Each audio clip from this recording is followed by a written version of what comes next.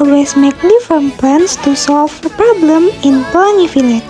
Just like a company needs a plan that will make its company goals a success. And we will discuss that in our video. Watch until the end so you know, guys.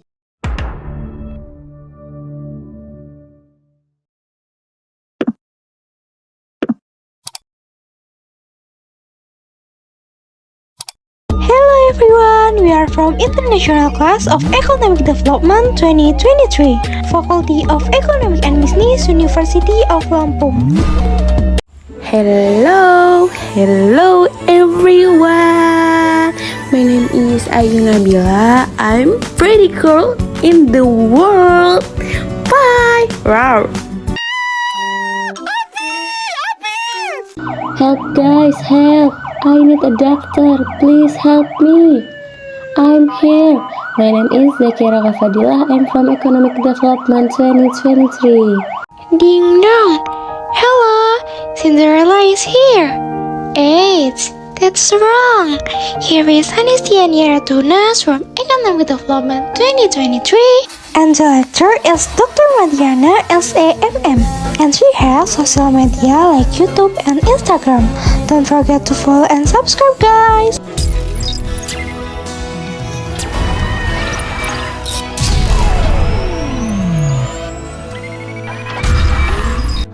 Managerial decision making. Manager often are referred to as decision makers, and every organization grows, prospers, or fails as a result of decision by its manager.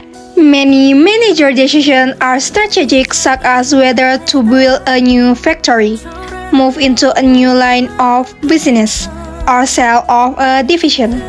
Yet managers also make decisions about every other aspect of an organization, including structure, control system, response to the environment, and human resources. Managers code for problems, make decisions for solving them, and monitor the consequence to see whether additional decisions are required. Good decision making is a vital part of good management because decisions determine how the organization solves its problem, allocated resources, and accommodates its goals.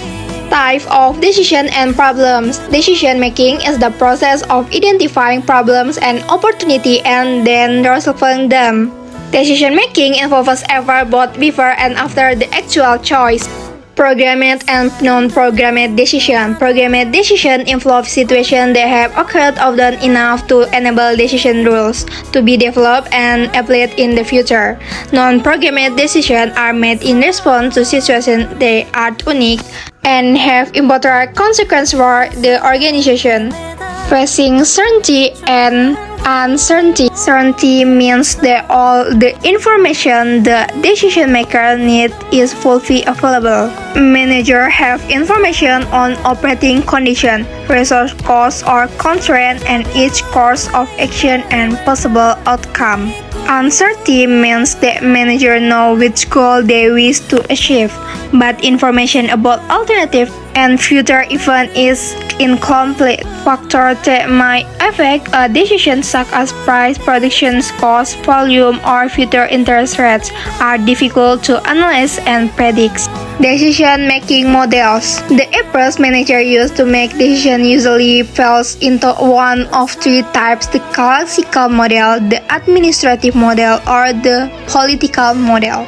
The classical model of decision-making is based on rational economic assumption and manager belief about what ideal decision-making should be.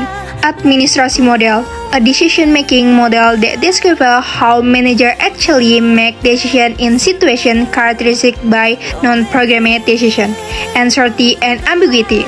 Political model. This model of decision-making is useful for making non-programmed decisions when conditions are uncertain, information is limited, and there are manager conflicts about what goals to pursue or what course of action to take. Decision-making steps. 6 steps in the managerial decision-making in progress.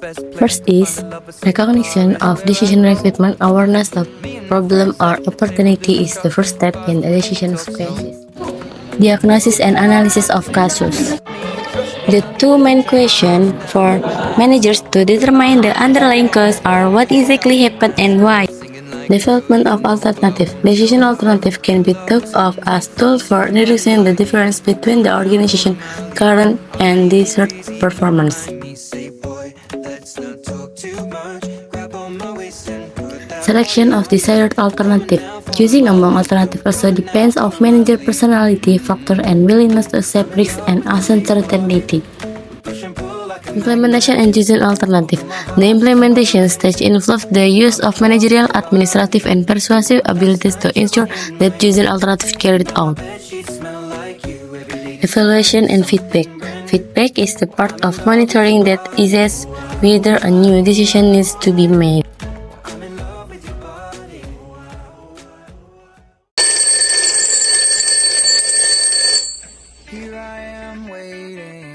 Why do managers make bad decisions? Managers are faced with a relentless demand for decision, from solving minor problems to implementing major strategic change. Innovative group decision making. The ability to make fast, widely separated, high-quality decisions on a frequent basis is a critical skill in today's fast-moving organization. Personal decision framework. Decision may be programmed or non-programmed situation are characterized by various levels of uncertainty, and manager may ask the classical, administrative, or political model of decision making. Research has identified four major decision styles: directive, analytical, conceptual, and behavior. 1. The directive style is used by people who prefer simple, clear-out solution to problem. 2. Managers with an analytical style like to consider complex solutions based on as much data as they can gather. 3. People who tend toward a conceptual style also like to consider a broad amount of information. 4. The behavioral style is often the style adopted by managers having a deep concern for others as individuals. And the last is conclusion. Before moving on the next material, let's start by watching this trailer, guys. Okay, can I just say something crazy? I love crazy.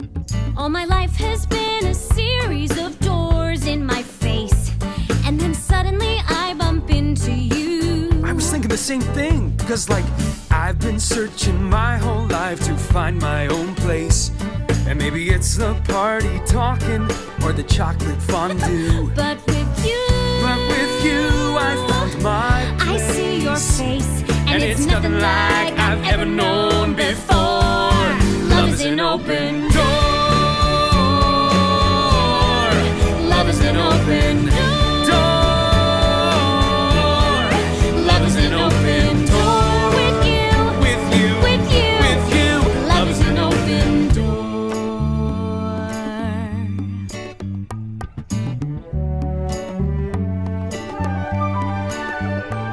I mean, it's crazy. What? We finish each other's Sandwiches. That's what I was gonna say. I've never met someone who thinks so much like me. Jinx again. Our mental synchronization can have but one explanation. You And I were just meant to be. Say goodbye to the pain of the past. We don't have to feel it anymore. Love is an open door. Love is an open door. Life can be so much more with you.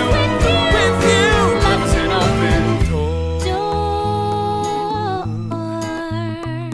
Can I say something crazy? Will you marry me? Can I say something even crazier? Yes! Okay, let's move in the next material. Designing adaptive organization. Organizing is the deployment of organizational resources to achieve strategic goals. The deployment of resources is reflected in the organizing division of labor in the specific department and job.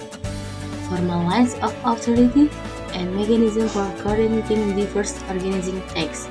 So, this chapter discuss how organizing can be structured to facilitate innovative and change.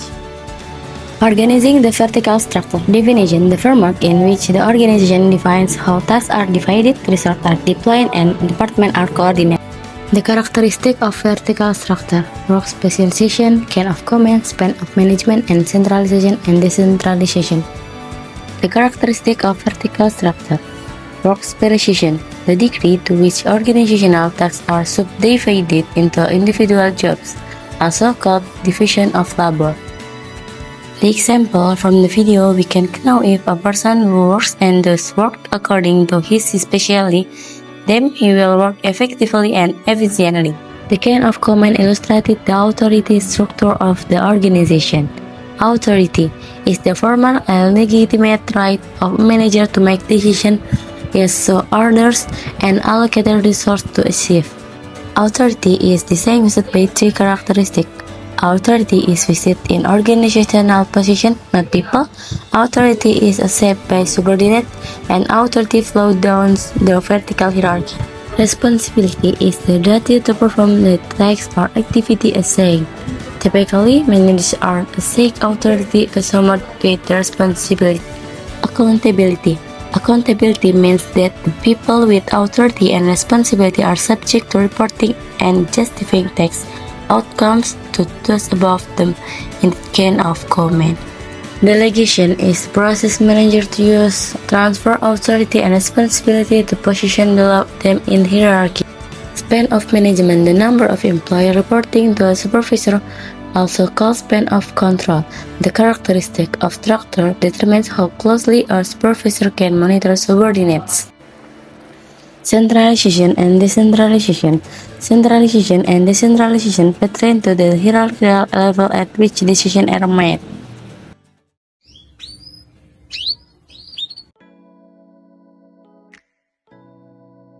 Departmentalization, which is the basic for grouping position into department and department into the total organization.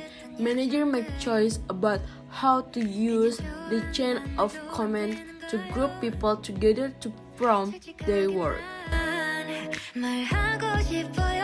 Structural of the chain of command in departmentalization. Vertical function apart. What it is functional structure is the grouping of position into department based on similar skill, express work activity, and resource use. Divisional approach. What is in context to the functional approach, in which people are grouped by same skill and resources. The functional structure occurs when departments are grouped together based on similar organization outputs. The characteristic of vertical cultures. Matrix approach. What is the matrix approach combines aspects of both functional and divisional structure simultaneously in the same part of the organization. Team approach. What is probably the most widespread trend in departmentalism in recent years has been the implementation of team concepts. The characteristic of vertical structure. The virtual network approach. What it is the most recent approach to departmentalization extends the idea of horizontal coordination and collaboration beyond the boundaries of the organization. Advantage and disadvantage of each structure. The major advantage and disadvantage of each.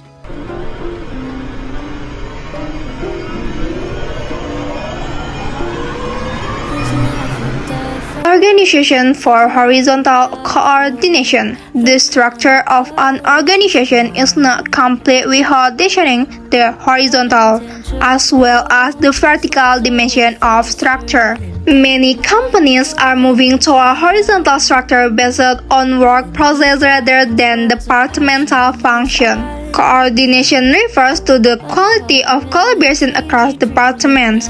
Without coordination, a company left hand will not act in concert with the right hand, causing problem and conflict. Coordination is required regardless of whether the organization is functional, divisional, or team structure. Task forces, team, and project management. A task force is a temporary team or committee designed to solve a short-term problem involving several departments. Task force members spread their department and share information that enable coordination.